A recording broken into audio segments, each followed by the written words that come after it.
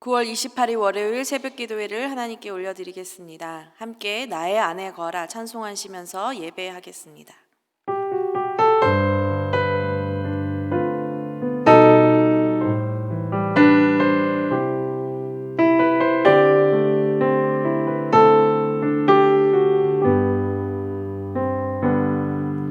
나의 안에 거하라 나는 내 하나님이니 모든 환난 가운데 너를 지키는 자라 두려워하지 말라 내가 널 도와주리니 놀라지 말라 내 손 잡아주리라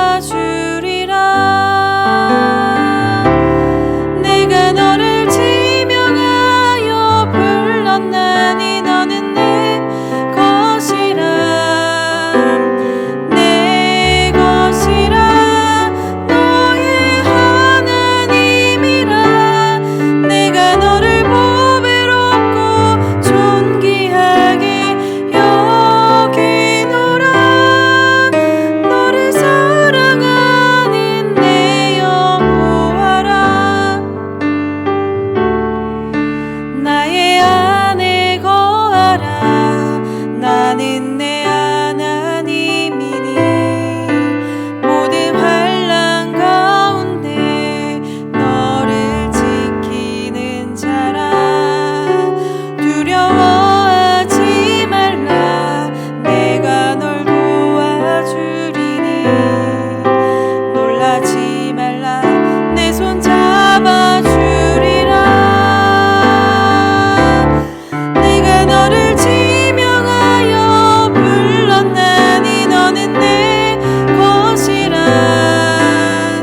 내 것이라 너의 하나님이라 내가 너를 보배롭고 존귀하게 여기노라 너를 사랑하는 내 여호와라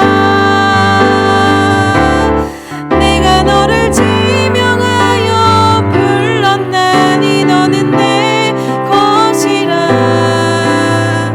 내 것이라 너의 하나님이라 내가 너를 보배롭고 존귀하게 여기노라 너를 사랑하는 내 여호와라 아멘. 오늘 저희들에게 주신 하나님의 말씀은 예레미야 38장 1절부터 13절까지의 말씀입니다. 함께 스크린 보시면서 말씀을 읽겠습니다.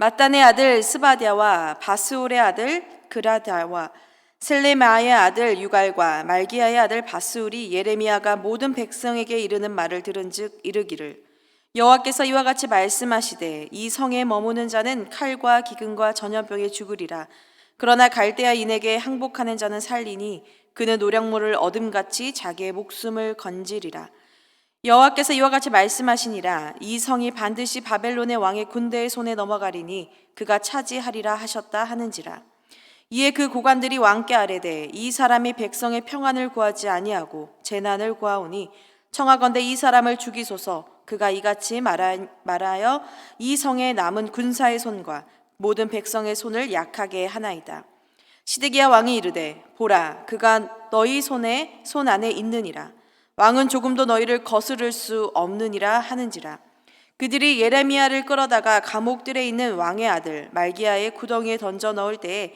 예레미야를 줄로 달아 내렸는데 그 구덩이에는 물이 없고 진창뿐이므로 예레미야가 진창 속에 빠졌더라 왕국 내시 구스인 에벳멜렉이 그들이 예레미야를 구덩이에 던져 넣었음을 들으니라 그때의 왕이 베냐민 문에 앉았더니 에벳멜렉이 왕궁에서 나와 왕께 아뢰어 이르되 내 주 왕이여 저 사람들이 선지자 예레미야에게 행한 모든 일은 악하나이다 성중에 떡이 떨어졌거늘 그들이 그를 구덩이에 던져 넣었으니 그가 거기에서 굶어 죽으리이다 하니 왕이 구스 사람 에벤멜렉에게 명령하여 이르되 너는 여기서 30명을 데리고 가서 선지자 예레미야가 죽기 전에 그를 구덩이에서 끌어내라. 에벤멜렉이 사람들을 데리고 왕궁 곳간 및 방에 들어가서 거기에서 헝겊과 낡은 옷을 가져다가 그것을 구덩이에 있는 예레미야에게 밧줄로 내리며 굿수인 에벤멜렉이 예레미야에게 이르되 당신은 이 헝겊과 낡은 옷을 당신의 겨드랑이에 대고 줄을 그 아래에 대시오. 예레미야가 그대로 하매 그들이 줄로 예레미야를 구덩이에서 끌어낸지라. 예레미야가 시위대 뜰에 머무니라. 아멘. 하나님이 부르시고 하나님께서 말씀을 주셔서 하나님의 일을 감당하는 일은 한 사람의 인생에 있어서는 정말로 영광스러운 일인 것입니다. 그러나 하나님의 일을 감당한다는 것은 매일 화창한 날이 지속되는 길을 걸어가는 것이 아니라 구름이 잔뜩 낀 날, 아니 그보다 더 큰 태풍과 같은 비바람이 치는 길을 걷는 날이 더 많습니다. 그러나 그 어둠의 길 속에서도 하나님의 뜻을 붙잡고 나아가며 구름 뒤에 여전히 우리를 향해 영광의 빛을 비추고 계시는 하나님을 바라보는 일은 하나님의 사람이 살아가는 삶의 바른 모습인 줄 믿습니다. 예수님께서 바로 그렇게 부활의 영광을 바라보며 십자가의 길을 걸어가셨고 또한 그 전에 모든 선지자들, 믿음의 사람들도 그렇게 그 길을 걸어왔습니다. 그리고 저희가 함께 묵상하고 있는 이 예레미야 선지자 역시 그렇게 아무도 듣지 않을 뿐만이 아니라 하나님의 말씀을 전하다가 수없는 죽음의 위협 가운데 닥치더라도 하나님이 주신 말씀을 전하는 것을 멈추지 않았습니다. 오늘 어제 주일의 말씀을 잠깐 살펴보면 예레미야를 유다를 둘러싼 바벨론이 애굽의 군대를 피해 잠시 전장의 준비를 하러 간 사이에 자신이 산 밭에 대한 분깃을 받으려고 예레미야는 예루살렘을 떠나 베냐민의 문으로 간 이야기가 나옵니다. 그런데 그 문 앞에 있었던 문지기들 그리고 그 고관들은 예레미야가 바벨론에 항복을 하러 간다라고 생각하고 예레미야를 잡아 요나단의 집에 가두고 그곳에서 뚜껑을 씌운 웅덩이에 그를 넣었습니다. 웅덩이에 들어갔다는 것은 예레미야가 곧 그곳에서 굶어 죽을 수 있다라는 것을 의미합니다. 그런데 그 후에 예레미야가 갇혔다는 이야기를 듣자 시드기야 왕은 예레미야를 다시 불러내어 은밀히 그에게 하나님께 받은 말씀이 있냐고 묻는 장면이 바로 37장 주일의 말씀이었습니다. 그런데 옥에 갇힌 예레미야를 빼어내어 하나님의 말씀을 묻는 이 시드기야의 이런 모습이 동일하게 38장에서도 반복되어지고 있습니다. 첫 번째 시드기야 왕과의 만남에서 예레미야는 하나님의 말씀이 어떤 하나님의 말씀을 받았냐라는 그의 질문에 변함없이 하나님이 주신 말씀을 있는 그대로 전했습니다. 그것은 왕과 유다가 바벨론에게 넘어간다는 이야기였습니다. 예레미야는 이것을 이야기하면서 시드기야 왕에게 자신을 다시 요나단의 집에 그 웅덩이로 보내지 말라라고 요청합니다. 그곳에 가면 예레미야는 죽을 것이기 때문입니다. 그래서 시드기야는 예레미야를 성중에 있는 감옥들, 시위대 뜰에 옮기고 매일 떡 한 개를 주어서 그의 생명을 보존할 수 있게 하였습니다. 그런데 오늘 말씀의 38장 1절의 말씀을 보면 그랬던 이 시드기야 왕에게 4명의 고관들이 찾아옵니다. 예레미야가 지금까지 했던 백성 중에 예언했던 그 말들을 다시 왕에게 되풀이하면서 이렇게 말하고 있는 것입니다. 예레미야가 했던 예언의 말은 이것입니다. 바로 하나님의 말씀이라고 전했던 그 예언의 말은 모두 평안의 말이 아니라 바로 재난의 말이라고 이 고관들은 전하고 있습니다. 이 성에 머무는 자는 칼과 기근과 전염병으로 죽을 것이며 바벨론에게 오히려 항복한 자들은 그들이 바벨론이 바로 이 유다의 노략물을 취해가는 것처럼 바로 그들의 목숨을 노략물로 취해가서 그 목숨을 항복한 자들은 구원을 받을 것이다 라는 내용을 다시 한번 이야기합니다. 또한 예레미야가 했던 예언은 반드시 이 성이 바벨론 군대에 의해 넘어가게 될 것이라는 바로 그 사실을 이들은 왕에게 다시 고발하고 있습니다. 사실 이 예언의 말씀은 이미 시드기야 왕도 들었고 다 알고 있는 내용이었습니다. 그런데 고관들은 이 이야기를 하면서 요청하는 것이 있었습니다. 바로 이 재난의 말을 하면서 성중에 있는 백성들과 군사들의 손을 약하게 하는, 즉 그들의 사기를 떨어뜨리는 이 예레미야를 죽여달라라는 것입니다. 우리가 지난주에 여호야김 왕이 하나님의 말씀이 담긴 두루마리를 찢고 태웠던 이야기를 우리가 함께 보았습니다. 하나님의 말씀을 인정하고 싶지도 않고 받아들이고 싶지도 않았기 때문에 자신들의 방법대로 그 말씀을 없앤 이야기였습니다. 그런데 오늘 고관들이 한 행동, 요청한 것도 이와 같은 모습입니다. 예레미야를 죽임으로 더 이상 그와 같은 하나님의 말씀이 그들 가운데 들리지 않게 하기 위해서였던 것입니다. 그런데 이 말을 들은 시드기야 왕의 반응이 참으로 유약합니다. 5절에 보면 시드기야는 이렇게 말합니다. 보라, 그가 너희 손안에 있느니라.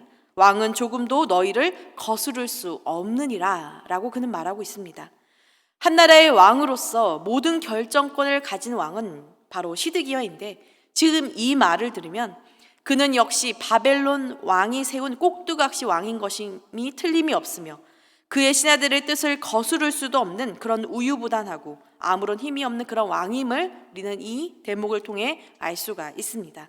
앞서서 이전에도 시드기야가 예레미야를 불러낼 때의 모습을 생각해 보면 시드기야는 여호야김 왕과는 달리 하나님의 말씀이 궁금했던 왕이기는 합니다. 자신도 이 어려움에 극복하고 싶어서 예레미야를 불러 하나님께서 해주신 말씀이 없느냐라고 물었던 것입니다. 그러나 예레미야가 아무리 하나님의 말씀을 이야기한다 할지라도 시드기야는 그것을 따라갈 만한 결단력이 없었고, 그는 무엇보다 자신의 처지를 위해서 하나님의 말씀이 아닌 백성들과 신하들의 말을 더 두려워했습니다. 목요일에 박 목사님께서 설교 제목으로 이런 말씀을 하셨습니다. 늦지 않았습니다 라고 말이죠. 이 말씀은 여호야김 왕과 동일하게 시드기야에게도 동일한 내용의 말입니다. 바벨론에 의해 유다의 멸망은 정해진 심판이고 그가 목숨을 구하고 하나님의 뜻 아래서 구원을 받을 수 있다라는 것도 여전히 희망은 그에게 존재합니다. 심판이 있으나 희망도 여전히 존재한다라는 것입니다. 그가 하나님의 말씀을 선택할 수 있는 기회가 있었다라는 것입니다. 그러나 그는 결국 예레미야를 고관들의 손에 넘겨줍니다. 그리고 예레미야를 다시 구덩이에 넣게 됩니다. 물은 없으나 진흙이 가득해서 편히 쉴 수도 없고 모든 힘이 다 빠질 수밖에 없는 그런 웅덩이에 예레미야가 갇히게 된 것입니다.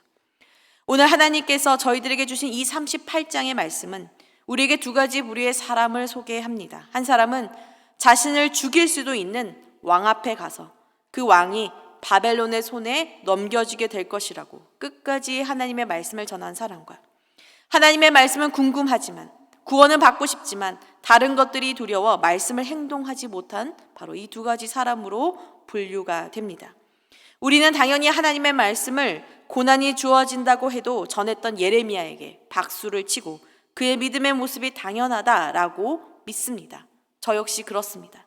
그러나 과연 우리는 예레미야처럼 고난의 길을 걸어가야 한다고 할지라도 하나님의 뜻을 지키며 살아갈 것을 결단할 수 있을지에 대해 우리 자신에게 물을 수 있습니다. 하나님의 뜻을 행하고 하나님을 섬길수록 내게 주어진 자리가 웅덩이와 같은 자리가 될 수 있더라도 나는 변함없이 그 길을 갈 수 있겠냐라고 말입니다. 너무나도 무거운 질문이고 그렇기 때문에 아무도 이 질문에 대해 자신 있게 네라고 대답할 수 있는 사람은 없을 것입니다. 만약 어떤 사람이 나는 할 수 있습니다 라고 그가 그렇게 말한다면 그는 나는 결단코 주님을 부인하지 않겠다라고 말한 베드로의 고백과 같은 고백을 한 것과 다름없을 것입니다. 사랑하는 여러분, 아무도 심지어 이 일을 감당한 예레미야 역시도 나는 할 수 있다라고 말하면서 그 일을 감당한 것이 아닙니다. 그가 그 일을 감당할 수 있게 된 것은 비록 고난과 같은 그 길이 있지만 자신을 그 고난 가운데서도 걸어가게 하시는 이 바로 하나님 때문에 예레미야도 그 길을 걸어갈 수 있었다라는 것입니다. 하나님을 바라보고 하나님의 약속을 믿고 하나님의 구원하심을 알기 때문에 하나님이 그를 고난의 길로, 믿음의 길로, 십자가의 길로 걸어갈 수 있게 하신 것에 그는 믿었던 것입니다. 바로 이처럼 하나님의 은혜로 그 길을 걸어가고 고난보다 하나님을 두려워한 사람, 바로 이것이 믿음의 사람이고요. 오늘 마지막 38장 뒷부분에 보면 바로 그러한 사람 한 사람이 더 등장합니다. 바로 왕의 내시 구스 사람, 즉 에디오피아 사람인 에벳 멜렉입니다.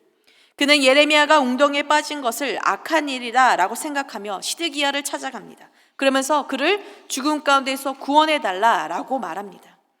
여러분, 어떻게 그가 왕에게 찾아갈 수 있었을까요? 그저 그는 왕의 내시일 뿐인데 말입니다. 자신도 그 말을 했다가 예레미야가 똑같이 웅덩이에 빠질 수 있는데도 말입니다.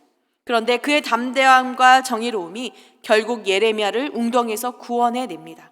왕은 그의 말을 듣고 30명을 동원하여 웅덩이에서 예레미야를 구출해 주었습니다.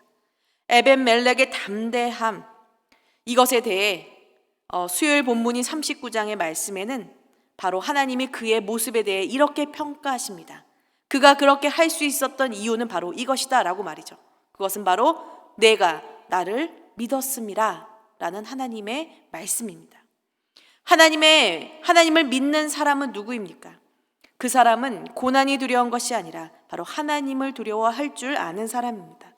그래서 이와 같이 하나님을 두려워할 줄 아는 믿음의 사람은 반드시 알아야 하는 것이 있습니다. 그것은 바로 하나님은 당신을 믿는 사람, 어떤 상황에서도 하나님의 뜻을 지키며 살아가는 사람을 반드시 구원하신다라는 사실입니다. 죽음 앞에서도 하나님의 말씀을 전했던 예레미야를 바로 에벳 멜렉을 사용하셔서 웅덩이에서 구원하신 분이 바로 하나님이시며, 수요일 말씀에 나올 39장의 말씀에서도 하나님은 모두가 다 멸망하는 그 가운데 바로 예루살렘에서 이 믿음의 사람 에벳 멜렉은 구원해 주십니다. 그러나 하나님의 뜻을 행하지 않았던 시드기야와 유다는 결국 멸망하게 됩니다. 사랑하는 여러분, 하나님은 오늘 우리들에게 말씀하고 계십니다. 하나님의 뜻을 나의 뜻으로 삼고 살아가는 길은 때론 이렇게 고난의 길을 걸어야 하고 좁은 문을 통과해야 하며 웅덩이와 같은 죽음의 상황에 때로는 놓일 수 있다라는 것입니다. 그러나 말씀의 길을 걸어가는 사람에게 비록 그 길이 어려울지라도 그 길 끝에는 생명이 있고 부활이 있고 구원이 있음을 다시 한번 동일하게 이야기해 주십니다. 웅덩이가 있을지라도 하나님은 우리를 구원하실 수 있는 분이시기 때문입니다. 앞에서 나의 안에 거하라 라는 찬양을 함께 했습니다. 우리를 지명하여 부르신 하나님은 우리가 우리의 힘으로 이 길을 걸어갈 수 없음을 잘 알고 계십니다. 그래서 주님 안에 거하고 주님을 믿으며 그 길을 걸어가라고, 그 길을 굳건히 걸어가라고 오늘도 우리에게 하나님 안에 거하라 라고 초청하십니다. 만약 우리 안에 고난의 두려움 때문에 말씀의 삶을 살아가기를 주저하고 있다면 오늘 우리들에게 주신 이 말씀을 다시 한번 묵상하며 이 말씀을 힘입어 하나님의 말씀을 더욱더 두려워하고 에벳 멜렉처럼 예레미야처럼 하나님께 네가 나를 믿었구나 라는 이 음성을 듣는 저와 여러분이 되기를 주님의 이름으로 기도합니다. 또한 바로 그렇게 살아가는 여러분의 삶에 주님의 돌보심과 구원이 함께 하시기를 소망합니다. 함께 기도하겠습니다. 사랑의 하나님, 감사를 드립니다. 주님, 믿음의 길을 걸어가는 한 사람이 되게 하여 주십시오. 하나님, 우리 앞에 우리가 두려워하는 수많은 삶의 문제와 하나님의 말씀을 따르며 살아가는 길이 때로는 앞이 보이지 않는 그런 아무것도 보이지 않는 길이라 할지라도 이미 그 앞에서 길을 만드시고 준비하시며 모든 세상을 다스리시는 하나님을 바라보며 저희들이 흔들리지 않고 믿음의 길을 걸어가는 저희들이 될 수 있도록 주님 인도하여 주시옵소서. 무엇보다 에벳 멜렉처럼 예레미야처럼 끝까지 신실한 하나님의 사람으로 살게 하셔서 하나님의 영광을 바라보게 하시고 또한 하나님 저희들의 삶을 통해 더 많은 사람들이 하나님의 영광에 이를 수 있도록 주님 인도하여 주옵소서. 오늘도 하나님 각처에 있는 만나의 모든 성도님들 위해 주님 함께 하여 주시고 저들의 삶과 모든 것들을 주님이 지켜 주시옵소서. 회복 중에 있는 탁기상 권사님과 사무엘 성도님 위해 주님께서 늘 언제나 동행하여 주시고 위로하시고 치유하여 주시옵소서. 흩어져 있는 수많은 선교사님들 사역 위에 주님 함께 하시고 오늘도 복음이 그 땅 위에 하나님 모든 곳곳에 하나님 뿌리 내려질 수 있도록 주님 인도하여 주시옵소서. 예수님의 이름으로 기도드립니다. 아멘.